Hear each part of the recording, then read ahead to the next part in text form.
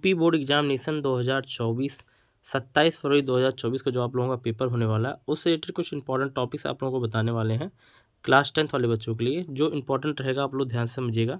20 question जो MR में आप लोगों का आता है उससे रिलेटेड कोई दिक्कत तो अब नहीं होगी, क्योंकि आपने पहला पेपर दे दिया है हिंदी का, तो अब कोई दिक्कतें नहीं हो रही होंगी। मान लीजिए आपका कोड रहता है 801 DH, तो आप पहले वाले में डी, इसमें एच, यानी यहाँ पर भी डी और यहाँ एच। जो आप चीज़ें ऑप्शन यहाँ फिल करेंगे वो यहाँ पर भी फिल करेंगे। ओएमआर में आपको कोई दिक्कत नहीं होगी। फिर भी अगर कोई दिक्कत हो रहा होगा तो आप कमेंट करेंगे, उससे रिलेटेड क्वेश्चन, उससे रिलेटेड वीडियो आप लोगों को अपलोड कर दिया जाएगा। तो अगर जो 20 क्वेश्चन ओएमआर से एमसीक्यू से आप कर ही लेंगे, फिर सेक्शन बी की बात करें, जो सेक्शन बी जो आपको पेपर में करना है कॉपी पेंसिल की सहायता से, इसमें भी आप लोगों का रहेगा, लेकिन ओएमआर रहेगा आपका। और बाकी ये जो है आपको रिटर्न एग्जाम आप लोगों का इतना होता है 15 नंबर का, यानी 50 मार्क्स का। अब इसको कैसे करना है यही देखना है। तो पहले नंबर क्वेश्चन नंबर 1 से स्टार्ट होता है, क्वेश्चन नंबर 2, 3, 4 और 5 ऐसे क्वेश्चन रहते हैं।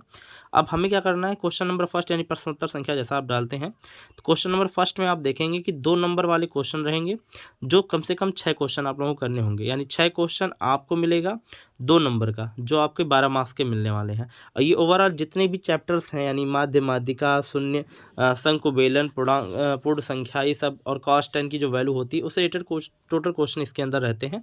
एक नंबर वाले क्वेश्चन जो अपना प्रश्नोत्तर संख्या 1 है, उसमें से हमारा जो 2 नंबर वाले क्वेश्चन हैं वो हमारे इतने रहेंगे।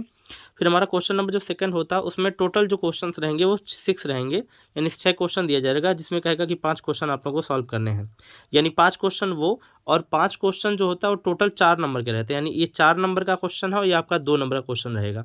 तो 4 नंबर वाले जो क्वेश्चन है, 5 यानी 5 का 4 बार गुणेंगे तो यानी 20 हो जाएगा, यानी 20 मार्क्स यहाँ से आपको, 12 मार्क्स यहाँ से, 20 मार्क्स यहाँ से आप लोगों को मिलने वाले हैं। अब ये 20 मार्क्स जो आपको मिलेगा, यानी 4 जो आप 5 क्वेश्चन आप लोगों को करने हैं वो किस किस टॉपिक से आएंगे, तो ये पूरे ओवरऑल जितने भी आपके चैप्टर्स हैं उन सभी से रहता है। जैसे भिन्न रहेगा, माध्य, माध्यिका, बहुलक से पूछ लेगा, त्रिभुज से पूछ लेगा, शून्यांक पूछ लेगा, ये सब रिलेटेड, जितने भी रिलेटेड आपने पूरे चैप्टर्स में पढ़े हैं पूरे रिलेटेड क्वेश्चंस रहेंगे।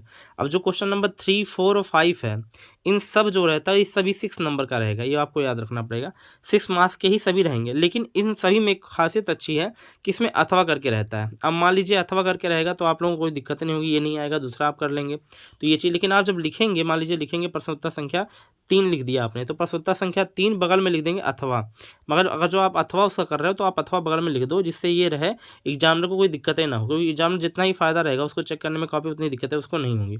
अब आप मान लीजिए क्वेश्चन नंबर 3 आपका है, क्वेश्चन नंबर 3 आपका किस तरीके का क्वेश्चन हो सकता है ये वृत्त से, अर्ध वृत्त से, शंकु से, बेलन से, और घन घनाभ से, अथवा वाला क्वेश्चन घन घनाभ से दे दे, दूसरा वृत्त बेलन से दे दे, यानी इसी से रिलेटेड क्वेश्चन रहेगा। मेंसुरेशन से पूरा का पूरा टॉपिक इसी से रहेगा। तीसरा वाला हो सकता हो चौथा वाला ये बना दे, हो सकता है 5वां बना दे, मतलब एक तो आपका मेंसुरेशन से रहेगा, 6 नंबर से रिलेटेड क्वेश्चन रहेंगे। और जो 4 नंबर वाला क्वेश्चन रहेगा ये आपके सीधे ट्रिग्नोमेट्री से रहेगी, यानी कि ऊर्ध्वाधर, एक टावर है, ऊर्ध्वाधर खड़ा है, इसके बगल में उन्नयन कोण, अवनमन कोण से रिलेटेड, इसी से रिलेटेड 2 ही क्वेश्चन रहेंगे, दोनों एक ही चैप्टर से रहेंगे, मतलब अथवा करके दोनों दिया रहेगा, दोनों में से जो आपको सही लगेगा वो आप करेंगे।